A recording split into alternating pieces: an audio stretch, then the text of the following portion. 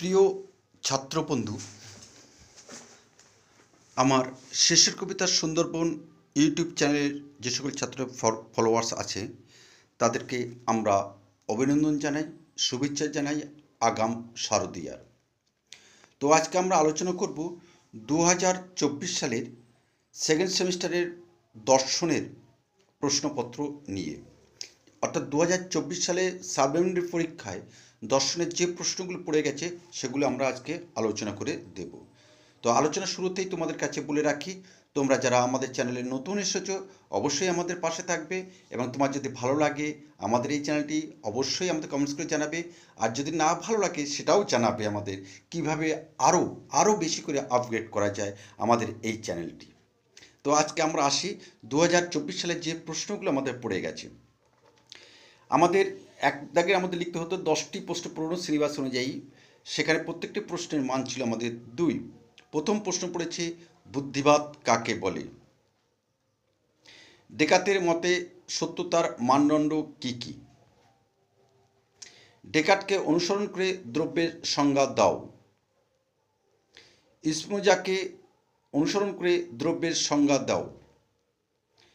স্পিনোজার মতে জ্ঞানের স্তরগুলি কি কি? স্পিনোজার মতে গুণ কি? স্পিনোজা কত প্রকারের দ্রব্য স্বীকার করেছেন এবং সেগুলি কি কি? লাইবনিজের মতে মনাড কি? সব ধারণাই সহজাত উক্তিটি কার? কোনো কোনো ধারণা সহজাত কে বলেছেন? সব গুণই বস্তুগত উক্তিটির বক্তা কে? প্রতিরূপী বস্তুবাদ কি? প্রতিরূপী বস্তুবাদকে লোহা জমনিকা তত্ত্ব বলা হয় কেন? জন্মের সময়ে আমাদের মন থাকে সাদা কাগজের মতো, এটি কার মত? দ্রব্য হল গুণের অজ্ঞাত ও অজ্ঞেয় আধার, উক্তিটি কার? বাকলে কি অহং সর্বস্ববাদী? কার্যকরণ সম্বন্ধ বিষয়ে হিউমের নিজস্ব মত কি? হিউমের মতে মুদ্রণ কি?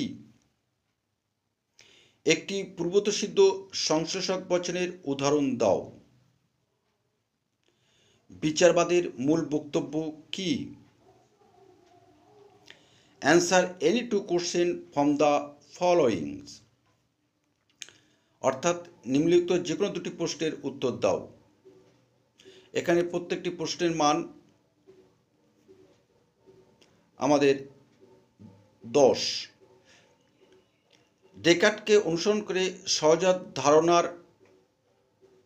ধারণাটি সংক্ষেপে আলোচনা করো। সরল বস্তুবাদের মূল বক্তব্যগুলি কি কি?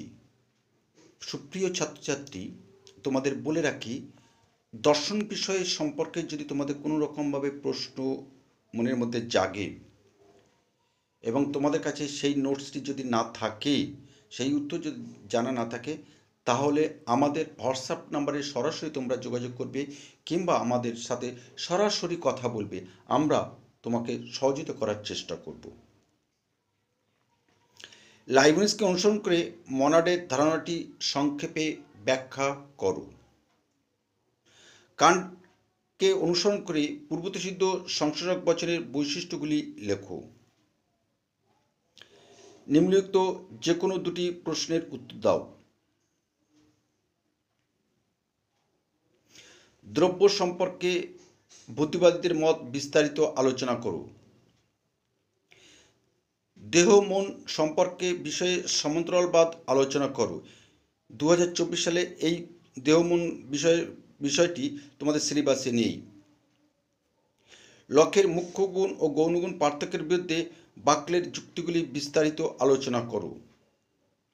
কার্যকরণ সম্বন্ধ বিষয়ে প্রসক্তি তত্ত্বটি ব্যাখ্যা করো।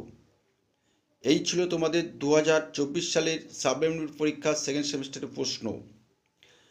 আর আমরা দুদাগে যেটা আমরা 10 নম্বর বলেছি, এগুলো এসেছে 5 নম্বর। তবে এই প্রশ্নগুলো কিন্তু 10 নম্বরে আসার মাঝে মাঝে আসে। তাহলে এই প্রশ্নগুলো হচ্ছে 5 নম্বরে।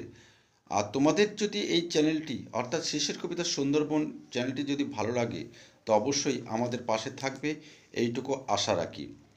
এবং তোমাদের যে পড়াশুনো করতে যদি এই বিষয়ে যে কোনো রকমভাবে সমস্যা হয় তাহলে আমাদের হোয়াটসঅ্যাপ নাম্বারে সরাসরি কিন্তু তোমরা ফোন করবে বা হোয়াটসঅ্যাপ করে আমাদেরকে জানাবে।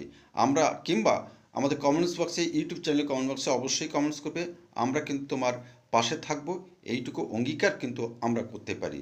তো আজকে আলোচনা এখানেই আমরা শেষ করলাম। তো আবার পরবর্তী কোনো একটা ভিডিও তোমাদের সাথে আমাদের আবার দেখা হবে। নিশ্চয়ই তোমরা আমাদের পাশে থাকবে এবং আমরা তোমার পাশে থাকবো, এইটুকু নিশ্চিতকরণ করে আজকে আমরা আসি। ভালো থেকো, তোমরা ভালো করে পড়াশুনো করো এবং সামনের দিকে এগিয়ে চলো, এইটুকু কামনা শেষের কবিতা সুন্দরবন ইউটিউব চ্যানেল করে থাকে। নমস্কার।